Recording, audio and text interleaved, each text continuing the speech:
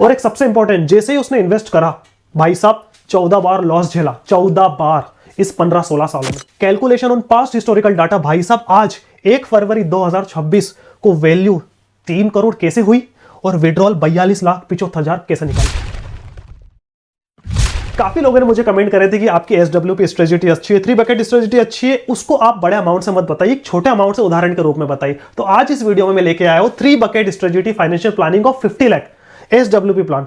सबसे इंपॉर्टेंट बात बता दूं तो हम हिस्टोरिकल एनएवी से एग्जांपल देखेंगे कि किसी बंदे ने 1 नवंबर 2010 को 50 लाख रुपए इन्वेस्ट किए होते और 1 दिसंबर 2011, मतलब SWP का नियम होता है कि 1 साल वेट करना पड़ता तो थोड़ा टैक्स का बेनिफिट मिल जाता। 1 दिसंबर 2011 से 25,000 रुपए निकालना महीना चालू करा, तो आज 6 फरवरी जब ये वीडियो शूट हो रही है 2026 में क्या स्थिति होती, कितना लॉस होता, कितना प्रॉफिट होता, कितना टैक्स होता, कब एनएवी ज्यादा कम होती, कब प्रॉफिट लॉस होता, सारी सिचुएशन क्या होती। और एक सबसे इंपॉर्टेंट, जैसे ही उसने इन्वेस्ट करा भाई साहब 14 बार लॉस झेला, 14 बार इस 15-16 सालों में। सीवर लॉस 25% से ज्यादा एक बार हुआ भाई साहब, 42% का लॉस। 15 से 25% लॉस करीबन 2 बार हुए और 5 से 15% का लॉस उसका पोर्टफोलियो कम से कम 11 बार लॉस हुआ। इसे कहते हैं सिक्वेंशियल रिटर्न ऑफ रिस्क। मतलब जब हमने इन्वेस्ट करा और जब से हमने पैसा निकालना चालू करा उस दौरान ही मार्केट गिर गया या आने वाले उस समय कितनी बार मार्केट गिरा, इसे कहते हैं सिक्वेंशियल रिटर्न ऑफ रिस्क। ठीक है, ये लॉस उसने झेले 2011 में यूरोपियन डेट क्राइसिस, 2013 में टैपर टेट्रम रुपया का क्रश, 2018 में NBFC IL&FS यस बैंक वाला 2019 में आर्टिकल 370 हुआ, इस दौरान भी मार्केट गिरा। और भयंकर 2020 कोविड, करीबन 42% का लॉस, खैर वो तो सभी को हुआ था। और 2022, 23, 24 में आपने देखा होगा बहुत ज्यादा जियोपॉलिटिकल टेंशन हो रही थी, रशिया यूक्रेन वार भी हो गया, ट्रम्प का टैरिफ भी आ गया, इंडिया पाकिस्तान वार भी हो गया, गोल्ड वगैरह ये सब बहुत सारी चीज हो गई थी जिसके कारण ये 2-4 सालों में अभी देख रहे हो आप बहुत ज्यादा उठापटक हुई है। तो इस दौरान भी पोर्टफोलियो डाउन हुआ और इतने सारे लॉसेस के बाद भी calculation on past historical data भाई साहब, आज 1 फरवरी 2026 को वैल्यू 3 करोड़ कैसे हुई और विड्रॉल 42,75,000 कैसे निकाले। ये जो अमाउंट बता रहा हूं ना, ये मैंने बनाया नहीं भाई साहब, ये हिस्टोरिकल एनएवी आप जब एक्सेल शीट देखेंगे एमफी का रियल डाटा से मैंने बनाया, पास्ट डाटा से लिया है कि जो एक्चुअल कितनी एनएवी थी उससे हमने कैलकुलेट करा। मुझे 4 से 5 दिन लग गए बनाने में, इसलिए मेरी वीडियो थोड़ी लेट आती क्योंकि रिसर्च में इतना टाइम होता है। ठीक है, और साथ में भाई साहब टैक्स की क्या स्थिति, आज 12.5% टैक्स, उस टाइम तो 0 था, लेकिन हमने उदाहरण के रूप में यही समझा कि हाइपोथेटिकल मान लीजिए उस टाइम भी अगर आज के टैक्स का सिनेरियो रहता तो क्या होता। तो मेरी आपसे रिक्वेस्ट है, बहुत मेहनत से बनाया फाइनेंशियल एजुकेशन वाला 3 बकेट स्टडी का वीडियो, आप देखें जरूरी एक्सेल शीट। तो ये आ गई आपके सामने पूरी Excel sheet, bucket 1, bucket 2, bucket 3। और सबसे पहले सेबी के नियम के हिसाब से आपको एक बात बता दूं, जो भी फंड के नाम में इस वीडियो में ले रहा हूं ना आपको खरीदने ना बेचने की सलाह दे रहा हूं, ये वीडियो सिर्फ एजुकेशनल पर्पस के लिए, क्योंकि हमें 3 बकेट स्ट्रेटजी समझनी, उसके लिए हमें एग्जांपल चाहिए और उसके लिए डाटा चाहिए। तो हम पास्ट डाटा से केस स्टडी कैलकुलेट कर रहे हैं, ये पूरा हाइपोथेटिकल एग्जांपल है। और काफी लोग कहते हैं कि सर आपने 2010 को लिया, पुरानी वीडियो में भी लिया था। देखिए 2010 और अभी चल रहा है 2026, करीबन 15-16 साल के आसपास हो गए, बहुत बड़ा लंबा समय होता है। और काफी ऐसे कम फंड है जिनकी एज 10-15 साल से ज्यादा हो। दूसरा, अगर मैं ऐसा टाइम पीरियड लेता जिसमें आपने इन्वेस्ट करा और उसके बाद मार्केट बढ़ गया तो आपको तो अच्छा लगता है, लेकिन काफी लोग कमेंट करते हैं सर मार्केट में तो लॉस भी हो सकता है, फ्यूचर में मार्केट गिर गया तो ये बात भी सही है। इसलिए मैंने 2010 लिया, क्योंकि 2010 में जैसे ही इन्वेस्ट करा उसके बाद मार्केट गिर गया और 1 साल वेट करने के बाद जब पैसा निकालना चाहा ना तो गिरते मार्केट में निकले। हम बात करेंगे लॉस। इस एग्जाम्पल के केस में मान लो किसी ने 1 नवंबर 2010 को 50 लाख रुपए लगाए हुए होते और 3 फंड ली, बकेट 1, बकेट 2, बकेट 3। ठीक है, बकेट 1 में लिया हमने एक्सिस फंड। पिछली बार लोगों ने बोला था कि सर आपने ये वाला फंड क्यों लिया, हर बार ये लेते हो, तो इस बार मैंने फंड दूसरा लिया, लेकिन वही फंड लिया जिनकी एज ज्यादा है और एयूएम के आसपास थोड़ा ठीक ठाक है। लिक्विड फंड तो आप कोई भी ले सकते हैं, क्योंकि लगभग लिक्विड फंड लगभग सेफ ही रहते हैं, क्योंकि उसमें रिस्क ना 0 या ना के बराबर रहती है, क्योंकि उन्हें कहते हैं लिक्विड, 0 रिस्क के लिए रहते हैं। तो यहाँ पर मैंने एक्सिस लिया है क्योंकि एक्सिस थोड़ा पुराना था। और हमने सेकंड बकेट में हाइब्रिड फंड लिया है, कौन सा, ICICI prudential equity debt fund, जिसका आईओएम 50,000 के आसपास है और इसका डाटा भी पुराना था, ये करीबन 1996 के आसपास का है। और तीसरा हमने एक स्मॉल कैप फंड लिया है और इस बार हमने लिया है DSP स्मॉल कैप फंड, ये भी करीबन 10 साल से ज्यादा पुराना फंड है। पहला इसका नाम DSP माइक्रो कैप फंड था, फिर सेबी एमफी के नियम आया तो सबने अपने पोर्टफोलियो एलोकेशन और नाम चेंज करे। और अगर आप चाहते हैं कि अगली वीडियोस में दूसरे फंड का एग्जांपल लूं तो नीचे कमेंट कर सकते हैं। तो आपके सामने ये एनएवीज आ रही सबकी, और ये एनएवीज मैंने ऑफिशियल एमपी साइट से निकाली। आप यहाँ पे जाके हिस्टोरिकल एनएवी डाल के सारे म्यूचुअल फंड की एनएवी आ जाएगी, डेट टू डेट सब कुछ आपको मिल जाएगी। ठीक है, तो देखिए 1 नवंबर 2010 को लिक्विड फंड की एनएवी, हाइब्रिड की, स्मॉल कैप की, सबकी एनएवी डली। ठीक है, अब जैसे ही उसने 1 नवंबर को इन्वेस्ट करा, अब देख रहे हैं उसे लगातार जो मार्केट की कंडीशन थी वो initially sideways correction, beer market correction, sideways, जैसे ही इन्वेस्ट करा उसके बाद ही कुछ महीने में उसे लॉस होने लगा। इसे कहते हैं सिक्वेंशियल रिटर्न ऑफ रिस्क। और जब उसने पैसा 1 साल के बाद निकाला, क्यों? क्योंकि क्योंकि SWP चालू करते हैं तो उसका पहला नियम यही कहता है कि आप 1 साल वेट करें, इसलिए टैक्स बेनिफिट के लिए हमें 1 साल वेट करना भी। और भारत में long term capital gain tax 12.5% के आसपास है और 1.25 लाख की छूट है। हम टैक्स भी देखेंगे कितना है। तो उसने 1 नवंबर 2010 को इन्वेस्ट करा, 1 नवंबर 2011 तक वेट करा और 1 साल वेट करके पैसा निकालना चालू कर दिया। लॉस मार्केट में लॉस हो रहा था, ठीक है, और 25,000 निकाला। चालू करा कब से? 1 दिसंबर 2011 से। जैसे ही निकाला यूरोपियन डेट क्राइसिस 1 साल बाद चालू हो गया, ठीक है। यूरोपियन डेट क्राइसिस चालू हो गया, मार्केट बियर मार्केट करेक्शन गिरते गिरते गिरते बढ़ते गिरते बढ़ते गिरते बढ़ते गिरते फिर आया भाई साहब, फिर से बड़ा करेक्शन, टैपर टेट्रम चालू हो गया।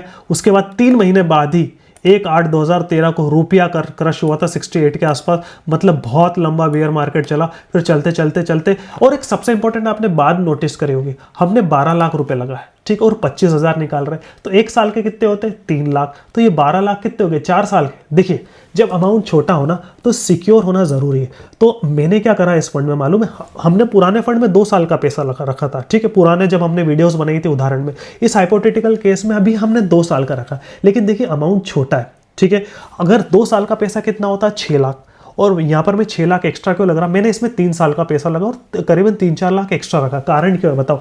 देखिए, कई बार इमरजेंसी फंड भी हमको बकेट 1 में रखना चाहिए। अगर आपके पास हेल्थ इंश्योरेंस, लाइफ इंश्योरेंस है, तब भी उसके अलावा भी कई ऐसी चीजें जो जीवन में इमरजेंसी के रूप में आती है, तो उस समय काम आएगी। और एक सबसे इंपॉर्टेंट बात, अगर आपके पास हेल्थ इंश्योरेंस, लाइफ इंश्योरेंस नहीं है, तो अगर आप SWP प्लान कोशिश कर रहे हैं तो ध्यान रखना, पहले हेल्थ इंश्योरेंस ले, लाइफ इंश्योरेंस जरूर ले। वरना मैंने ऐसे भी केस देखे भारत में गरीब और मध्यम वर्ग के, कि अगर किसी गरीब में, भगवान ना करे, मिडिल क्लास में किसी का हेल्थ इंश्योरेंस, लाइफ इंश्योरेंस नहीं है, उसके घर में कोई व्यक्ति अगर बीमार भी पड़ जाता है ना, तो भाई साहब घर बिक जाता है, क्योंकि प्राइवेट में कितना खर्चा है।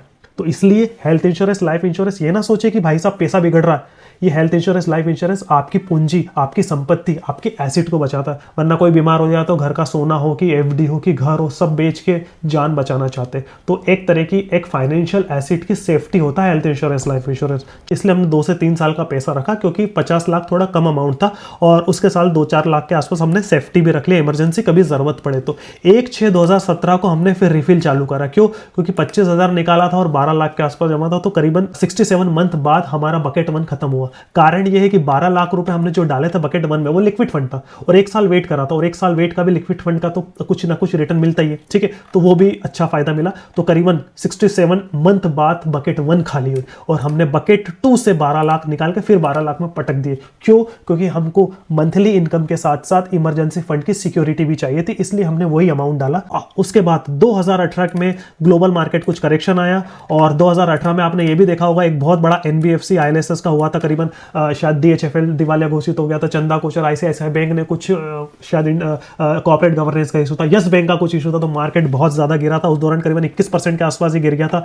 और उसके बाद सबसे भयंकर मंदी आई थी, करेक्शन आया था। उस समय जो भी स्टॉक मार्केट में, भारत की बात नहीं पूरी दुनिया में महामारी आ गई थी कोविड जैसी, तो उस टाइम बहुत लोगों को लॉस भी हुआ था, क्योंकि उस समय जान बचानी थी। जान है तो जहान है, पैसा तो फिर कमा लेंगे अगर जिंदा लेंगे। तो लोगों ने काफी विड्रॉल करा था और फिर बिकवाली हुई थी और अपने इंडिया मार्केट में भी लोअर सर्किट लगे थे, चलते हुए ऊपर, चलते नीचे, ऊपर चलते हुए पोस्ट कोविड के बाद फिर कवर करा। 2022 में फिर हमारा 132वें महीने पे हमारा बकेट 1 कंप्लीट हुआ। बकेट 2 से हमने पटका माल बकेट 1 में, क्योंकि हमको सेफ्टी भी चाहिए थी। और उस दौरान बुरी किस्मत ये थी कि 2022 के बाद से फिर क्रश चालू हो गया था, मतलब मंदी चालू हो गई थी, रशिया यूक्रेन वार चालू हो गया था, फिर थोड़ा रिकवर करा। और 1/9/2024 को याद होगा, भारत ने पहली बार रिकॉर्ड हाई तेजी करी थी बुल मार्केट। जी हाँ, ये आपको याद होगा कि इलेक्शन के 2024 के बाद ही शायद 2 या 3 महीने बाद ही भारत का जो स्टॉक मार्केट था, कैपिटल मार्केट था, बहुत ज़्यादा बूम कर गया था। ठीक है, वो तो मध्य तेजी चलती रहती, कभी लो कभी ऊपर, फिर मार्केट चलता रहा, ऊपर चलता रहा, नीचे चलता रहा। आज ये स्थिति 1 फरवरी 2026, टोटल विड्रॉल कर चुका था वो 171 टाइम्स, 25,000 रुपये महीना। टोटल विड्रॉल वो कर चुका था 42,75,000 और करंट वैल्यू बची थी 3 करोड़ के आसपास। ठीक है, ये पूरा पास्ट का डाटा है, हाइपोथेटिकल एग्जांपल है। ठीक है, मतलब 15 साल पहले किसी बंदे ने लगाए थे 50 लाख रुपए, इतनी मद्दी देखने के बाद, तेजी देखने के बाद। अब बात करें हम लॉस की कि भाई साहब इस 15-16 साल में कितना लॉस हुआ था, उस फंड क्या। पहला जब लॉस हुआ था उससे जब पैसा निकलना चालू करा उसके 2-1 महीने बाद से ही लॉस होना चालू हो गया। कैपाटेट्रम आया, यूरोपियन क्राइसिस आया, रुपया गिरा, कोविड आया, सबसे बड़ी मंदी जो 35 महीने तक चली उसकी 1 मार्च 2018 से लेके 1 जनवरी 2021 करीबन 3 साल के आसपास मार्केट उसका जो फंड था ये नेगेटिव रहा। उस दौरान शायद शेयर मार्केट भी नेगेटिव रहा था। IL&FS आ गया था, आर्टिकल 370 आ गया था, आप देख रहे हो यहाँ पे। फिर कोविड भी आ गया था, लॉकडाउन लग गया था। करीबन कोविड में तो 42% के आसपास लॉस हुआ था, करीबन 50 लाख के आसपास।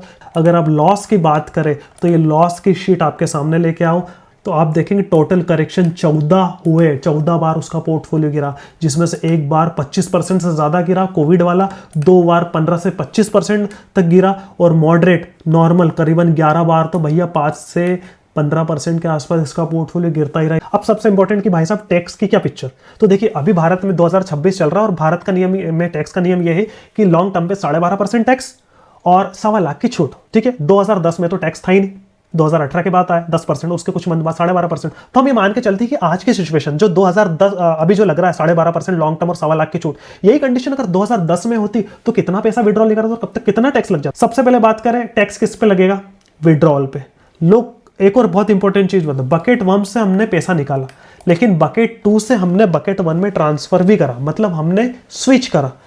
बहुत लोग गलती करते सोचते क्या कि एक फंड से स्विच कर लो दूसरे फंड में तो उस पर टैक्स नहीं साहब, उस पर भी टैक्स लगता है। इसलिए ध्यान रखिए स्विच में भी टैक्स लगता है। तो टोटल देखें आप इनकम टैक्स की बात करो तो देखिए 2011 2012 से लेके 2015 तक टैक्स देने की जरूरत नहीं पड़ी। क्यों? क्योंकि 2011 में कैपिटल गेन कितना मिला था 2162 बस। क्यों? क्योंकि भाई साहब उस दौरान हमको लॉस हो रहा था और कुछ ही एनईवी में प्रॉफिट हुआ था, तो उस एनईवी से कैलकुलेट हुआ, पर एनईवी से कैलकुलेट होता कि कितनी एनईवी बिकी, कितने रेट पे बिकी, उस हिसाब से। तो 2,000 का प्रॉफिट हुआ था, 1.25 लाख की छूट माइनस कर दे तो पूरा एग्जेम्प्टेड हो गया। ऐसे करके 2016 में 1.14 तक हमको 1.14 का प्रॉफिट हुआ था, 1.14 का कैपिटल गेन हुआ था और 1.25 लाख की हमने छूट मानी थी एजम्पशन उस टाइम, जो आज है वही। तो वो पूरा 1.25 में से 1.14 हटा तो 0 टैक्स लगा। 2017 में 8,45,000 के आसपास लगा गेन हुआ। क्यों? क्योंकि हमने बकेट 2 से बकेट 1 में भी स्विच करा कुछ अमाउंट और उस दौरान शायद मार्केट अच्छा भी चला होगा इस दौरान। तो इससे 8.45 से 1.25 लाख माइनस कर दो आप, क्योंकि एग्जम्प्टेड मान के चला था हमने। उसी तरह चलते चलते तो ओवरऑल इनका टैक्स का अगर आप देखें, ठीक है, तो टोटल टैक्स 2,48,000 के आसपास ये बंदा भरता अगर यही टैक्स जो आज है वो 2011 में इंप्लीमेंट होता। क्योंकि हम उदाहरण लेके चल रहे हैं, पूरा हाइपोथेटिकल उदाहरण है, बट कैलकुलेशन पूरी एक्यूरेट होनी चाहिए, तभी तो मजा आएगा। ठीक है, और इफेक्टिव रेट कितना पड़ा मालूम है? 12.5% लॉन्ग टर्म कैपिटल गेन है, इफेक्टिव रेट 7% पड़ा। लोग गलती करते क्यों? क्योंकि 12.5% पूरे पे नहीं लग रहा। मतलब 1 लाख रुपए आपने इन्वेस्ट करे और 1,20,000 हाथ में आया तो 1,20 पे नहीं लगेगा साहब, वो 20,000 पे 12.5% लगेगा। अगर मार्केट गिरा होगा तो प्रिंसिपल ज्यादा होगा, प्रॉफिट कम होगा, तो टैक्स भी थोड़ा कम लगेगा क्योंकि प्रॉफिट भी लगा। और अगर मार्केट तेज होगा तो प्रिंसिपल थोड़ा कम होगा, प्रॉफिट ज्यादा निकलेगा, तो प्रॉफिट ज्यादा निकलेगा, इसलिए टैक्स लगने की संभावना भी ज्यादा होगी। ठीक है, तो एक हाइपोथेटिकल उदाहरण था। वो लोग जो कहते थे कि साहब 50 लाख के हिसाब से बताइए, 1 करोड़ 2 करोड़ बहुत ज्यादा होता है। अब 2 सवाल आ सकते हैं, भाई साहब 50 लाख ही क्यों लिया आपने, 10 लाख क्यों नहीं लिया, 15 लाख क्यों नहीं लिया? बहुत सारे कमेंट करते हैं मेरे पास इतना पैसा नहीं है, मैं गरीब मध्यम वर्ग, मेरा 15 लाख से बताओ, 10 लाख से बताओ। दूसरा, 3 बकेट ही क्यों ली, 2 बकेट क्यों नहीं ली, एक कोई लगाया हमने क्यों नहीं लिया, ये भी प्रश्न हो सकता है। तो सबसे पहले प्रश्न की बात करें भाई साहब, देखिए आइडल SW प्लान का एक थंब रूल होता है जो बड़े बड़े एडवाइजर इन्वेस्टरों ने, स्मार्ट इन्वेस्टरों ने कुछ समय पहले बनाया था कि भाई साहब जितना भी आपका इन्वेस्टमेंट रहता है, ठीक है, उसका 6% आपको लेना चाहिए। जैसे मैंने आपको एक्सेल शीट में बताया, ठीक है, उसका विड्रॉल अमाउंट एग्जांपल करोड़ में, अगर आप 1 करोड़ रुपए का इन्वेस्ट कर रहे हैं, उसका 6% 6 लाख आप निकाल सकते हैं। दूसरा, अगर आप 50 लाख का इन्वेस्ट कर रहे हैं तो उसका 6% 3 लाख रुपए। अगर आप 10 लाख रुपए लगा रहे हैं तो उसका 6% 60,000, मतलब 5,000 रुपए महीना। ठीक है, तो क्या 5,000 रुपए महीना आज के समय में ठीक है? तो वो लोग जो कहते हैं कि भाई साहब 5 लाख 10 लाख 15 लाख के मुझे SWP का प्लान बताओ, अच्छी कोई वीडियो बताओ उदाहरण के रूप में, तो भाई साहब रेशियो सिर्फ वही होता। अब दूसरा क्वेश्चन कि भाई साहब 3 बकेट ही क्यों, 1 क्यों नहीं होनी, 4 क्यों नहीं होनी, बहुत सारे लोग बोलते हैं। तो मैं आपको बता दूं कि देखिए 3 बकेट स्टडी का मेन जो फंडा रहता है, जो एक तरह का उसका जो मेन उसका पर्पस है वो क्या है? देखिए पहली बकेट, दूसरी बकेट, तीसरी बकेट। पहली बकेट काय के लिए होती? एज अ मंथली इनकम के लिए, प्लस हम उसमें अपने इमरजेंसी फंड भी रख सकते हैं। तो उसमें हम लिक्विड फंड रखते हैं या फिर बैंक FD, जो भी चूज करें आप। ठीक है, मतलब 0 रिस्क या बहुत ही लो रिस्क, क्योंकि हमको अब इमरजेंसी के लिए भी लेना और मंथली के लिए, तो हम उसमें रिस्क नहीं ले सकते। करीबन उसमें 2 से 3 साल का पैसा पड़ा होना चाहिए। ठीक, ये नियम कहता है। दूसरा बकेट काय के लिए रहती? Capital protection plus inflation beat, मतलब जो मेरा पैसा बढ़ा है वो प्रोटेक्ट रहे और इन्फ्लेशन के हिसाब से 6-7% का जो महंगाई दर है उसको बीट कर सके। ठीक है, मतलब हाइब्रिड फंड या फिर डेट फंड ले सके, क्योंकि हाइब्रिड में डेट और इक्विटी का मिक्स रहता है। डेट कुशन प्रदान करता है और इक्विटी अगर मार्केट अच्छा हो तो थोड़ा अच्छा सा रिटर्न देने की संभावना होती है। ठीक है, और डेट फंड का आती है तो डेट तो पूरा डेट ही रहता है। ठीक है, मतलब रिस्क की बात करें तो लो से मीडियम रिस्क के आसपास इसमें रहती है। टाइम फ्रेम देखे तो 3 से 5 साल का पैसा इसमें पटक के रखते हैं। और तीसरा जो बकेट है वो रहती है वेल्थ क्रिएशन के लिए, और वेल्थ क्रिएशन के पैसा लगता है प्रोग्रेसिव एसेट में, कैपिटल मार्केट में। और कैपिटल मार्केट में फंड लेते हैं लोग, इक्विटी फंड लेते हैं या फिर हाइब्रिड फंड लेते हैं, कोई भी ले सकते हैं। इसमें जो रिस्क रहती है वो है मीडियम से हाई रिस्क रहती है। क्यों? क्योंकि ये कैपिटल मार्केट में डिपेंड करता है, शेयर मार्केट का फंड रहता है, और इसमें अगर आप स्मॉल कैप रहते हो तो भाई साहब स्मॉल कैप और ज्यादा रिस्की रहता है। ठीक है, इसका जो टाइम फ्रेम होता है 4 से 7 साल। तो कुल मिला के 3 बकेट स्टडी इसलिए रखते हैं ताकि सेफ, कुशन और वेल्थ क्रिएशन तीनों हो, मंथली इनकम भी हो, इमरजेंसी फंड भी बना रहे, कैपिटल प्रोटेक्शन, इन्फ्लेशन बीट भी रहे, और भाई साहब हमारी जो पूंजी है वो भी बनती रहे। और उसका उदाहरण आपने एक्सेल शीट में देखा ही है। तो इस वीडियो बनाने का मकसद मेरा यही था कि इस उदाहरण के हाइपोथेटिकल केस के पास्ट एनएवी को लेके हम समझे कि 3 बकेट स्ट्रेटजी कैसे काम करती है, सिक्वेशियल रिटर्न ऑफ रिस्क कैसे काम करता है, अच्छे समय और बुरे समय में सिचुएशन क्या क्या हो सकती है। देखिए, फ्यूचर में क्या रिटर्न मिलेगा ये तो हमें नहीं मालूम, और पास्ट का रिटर्न जरूरी नहीं फ्यूचर में है, लेकिन भविष्य में क्या क्या हो सकता है उसके लिए हमें अगर पहले से ही एक नॉलेज हो तो एक ज्यादा बेहतर अच्छी सिचुएशन को हम झेल सकते हैं, बुरे समय को हम झेल सकते हैं। इसलिए हमने प्रॉफिट और लॉस